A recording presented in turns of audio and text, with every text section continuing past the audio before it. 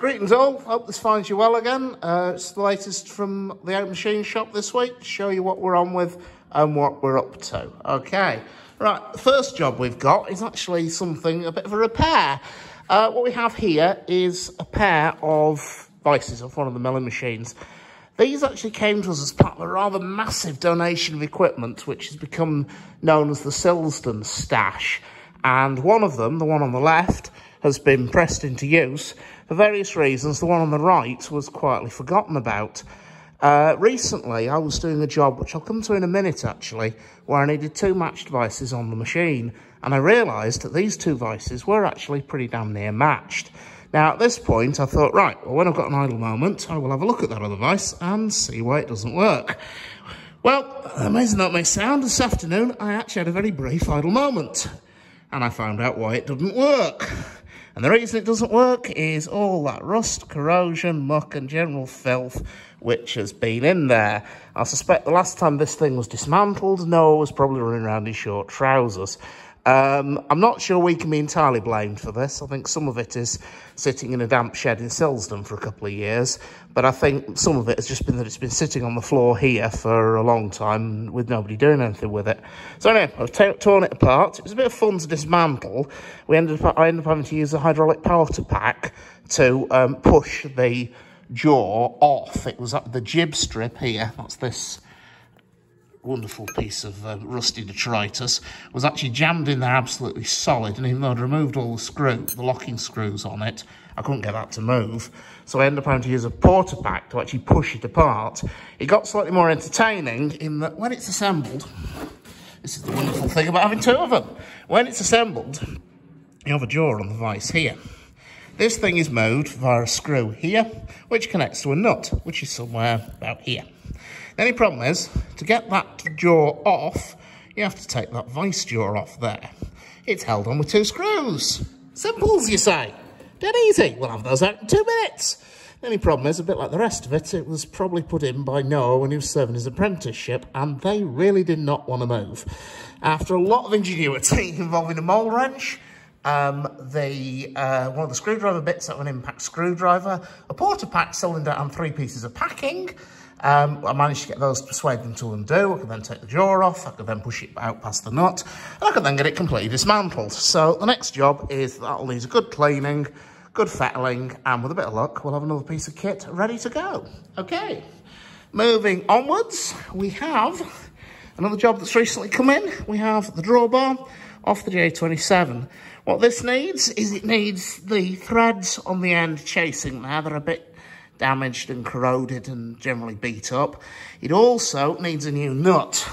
A bit like that spring hanger bolt we saw a while ago. Again, the nut had to be removed with a hot spanner, and it didn't really survive the experience.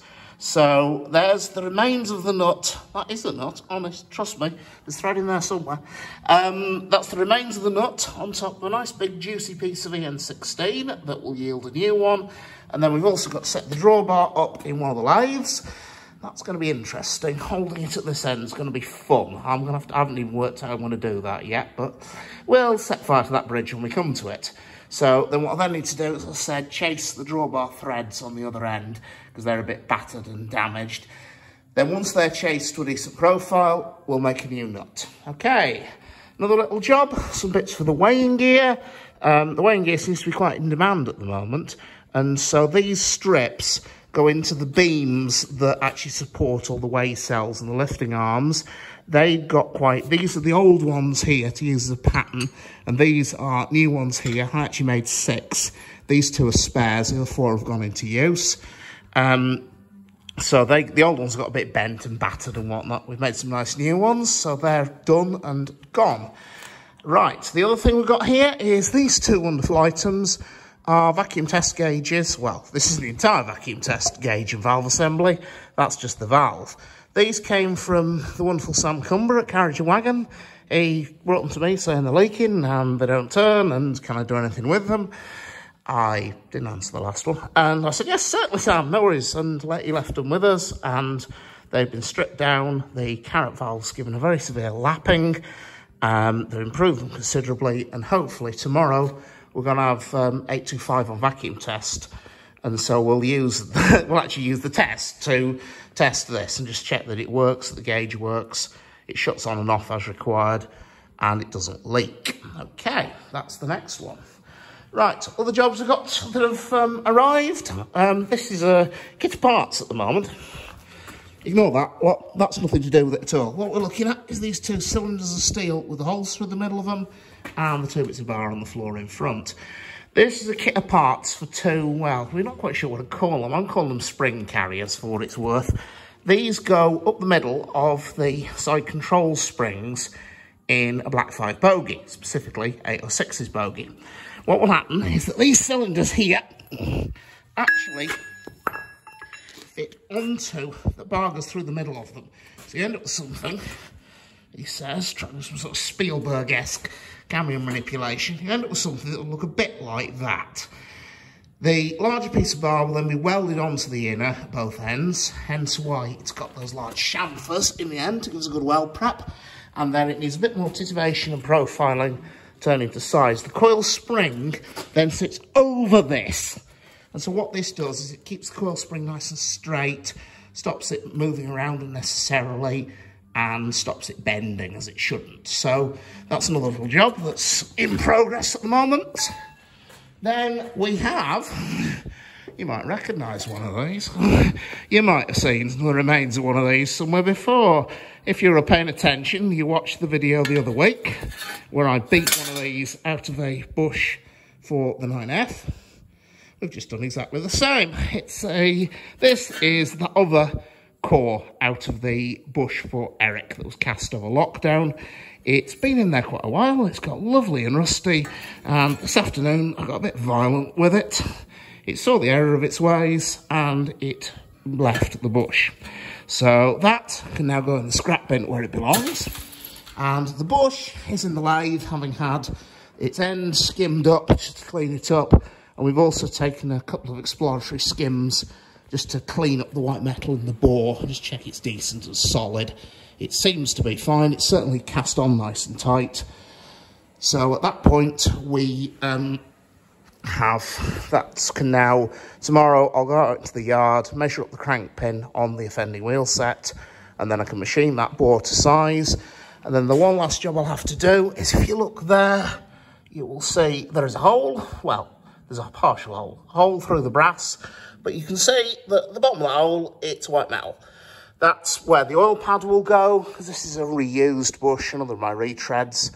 So that hole will need a suitable drill bit insinuating down it once the bore's been done to size and the radius and whatnot. And then that can then have a suitable pad fitted. Right, now, you may have seen something very cryptic in the meantime on our wonderful site about something that involved some washers and Josh Smith. And you'll be absolutely right. It also involved a sugar bag. And there was method in the madness for once. The problem was this. We had some washers like this. Looks just like a box standard normal steel washer, doesn't it? Yep, I made exactly the same mistake. It isn't. It's actually brass with a lead coating. These are off the battery terminals on the Class 37. Now what Josh wanted was he wanted that hole in the middle opening out to 5/8 of an inch. No problem, I thought. It's a simple washer. We will just stuff it into a lathe chuck, grip it up, put a drill bit through it, job's a carrot. The only problem is these things are so soft that you can't do that. So you try and grip them in a chuck, they distort, they move around, they escape, they fall out, and things generally don't go to plan. So, we had to get them done, or else Josh was going to get very upset at me, and I don't want that. He's a lovely lad. So, at which point, we had to make a special tool. Unfortunately, Piglet wasn't available. So, we had one of these. What is that, I hear you cry, apart from something that possibly started life as a plumbing fitting? This is a split bush. The idea is you take a lump of scrap brass and you would bore into it, that little counter bore. The washer will then sit into that counter bore like that. You can see it sits completely flush. Now, this is where it gets this split becomes rather important.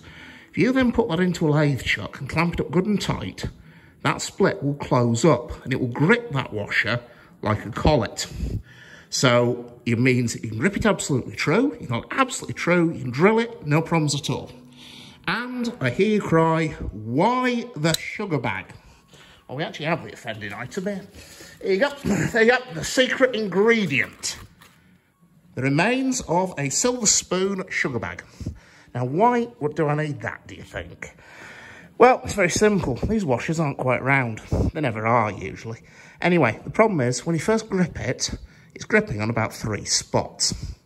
As soon as first time you put a drill bit anywhere near it, spins, wipes those 3 spots out, and it decides it doesn't want to grip anymore. However, if you take a piece of sugar bag and put it, well, basically, sit it in the counter bore before you push the washer in there, you end up with a layer of paper between the split bush and the washer, so it grips much tighter. Now, why is it so special? It's a silver spoon sugar bag. Is it something to do with the paper? Is it the glucose content makes it extra sticky? Nope, nothing to do with that at all. It's very simple. That was the first bit of scrap paper I found in the bin when I went through it. So, anyway, folks, that's what we've been on with. Those washers have been done. They were refitted to the last 37's batteries yesterday. And Josh is very happy and he's no longer emotional and it's all very well. So, anyway, that's where we're at and that's where we're up to. I hope you found this interesting and informative. As always, take care and I'll see you around.